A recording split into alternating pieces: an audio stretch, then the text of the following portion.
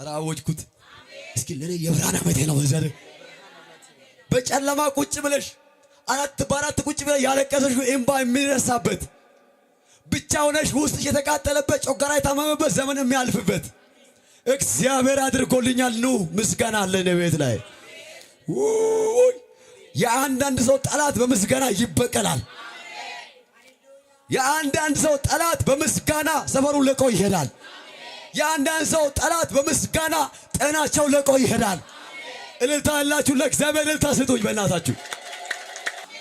2019 ቤትን ንጹህ አጥንትን ንጹህ ደሙ ባለበት ዛሬ ሞት አይገባም። አምስተኛ እግዚአብሔር ጸጋና መጽናናት ይላል። አምስተኛ የእግዚአብሔር ጸጋና መጽናናት። እግዚአብሔር ጸጋ ምን ያደርጋል?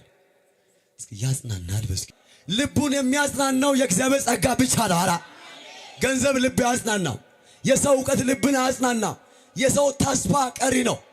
የእግዚአብሔር ተስፋ ለዘላለም ሰጪ ነው። እስኪ ጸጋ ያጽናናል። በስኪ የማን ጸጋ? ዛሬ እጅ ከፍ አድርጉና መጽናናት ወደ ቤታችሁ ገብቷል። የእግዚአብሔር ጸጋ አንዳንዶች ዛሬ ያጽናናችኋል። በኢየሱስ ስም መጽናናት ዘራውባችሁ። እስኪ ትጽናናለህ ብለው እስኪ የተወደደችው የእግዚአብሔር ዓመትን የሚያለቅሱትን ሁሉም አጽናና ዘንድ ያለው ጸጋ ነው። የሚያጽናና ጸጋ ነው። እግዚአብሔር ይላል እግዚአብሔር የጸጋ ዘመን ይሰጣል። አይታችኋል? እግዚአብሔር ይሰጣል የጸጋ ዘመን።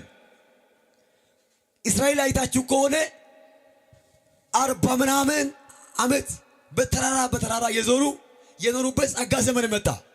ጸጋ ዘመን ሲመጣ ምን አላቸው? ዘዳግም ምዕራፍ 2 ላይ ይህ ተራራ መዞር ይበቃችኋል። ጸጋ ሲመጣ ተራራ ይቀራል። ጸጋ ሲመጣ ህመም ይቀራል። ጸጋ ሲመጣ በሽታ ዘመን ያልፋል። ጸጋ ዘመን ለአንዳንዶች ዛሬ በኢየሱስ ይመጣባቸዋል። የጸጋ ዘመን ራብ የለም። የጸጋ ዘመን ስቃይ የለም። የጸጋ ዘመን ህመም የለም።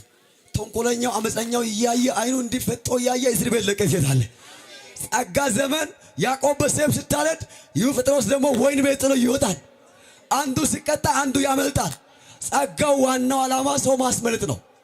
መጪው ዓመት የጸጋ ዘመን ነው። የምን ዘመን? አሁን ዘመኑ ክፉ ነው። እንዴት ነው የምንቀጥለው? እንዴት ነው የምንኖረው? ሰው ካለ ጸጋ ዘመን ነው። 2019 ጸጋ ዘመን ነው።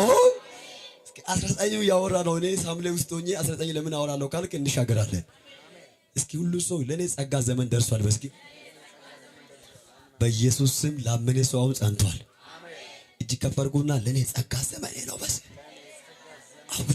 አውጅ ለኔ ጸጋ ዘመኔ ነው። በል ለኔ ጸጋ ዘመኔ ነው። አውጆ አየር ላይ አጽና።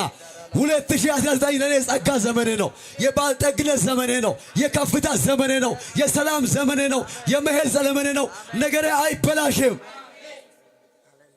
ጸጋ ዘመን ላይ ሞትና ጭንገፋ አይሆንም። ከዚህ በፊት ሞትና ጭንገፋ ነበር። ዮሐንስ ራእይ ላይ መጣና ከዓይናችሁ እንባችሁ አብሳለሁ አለ። ጸጋ ዘመን ላይ ለካ ሰው ያለቀሰ ያዘነስበ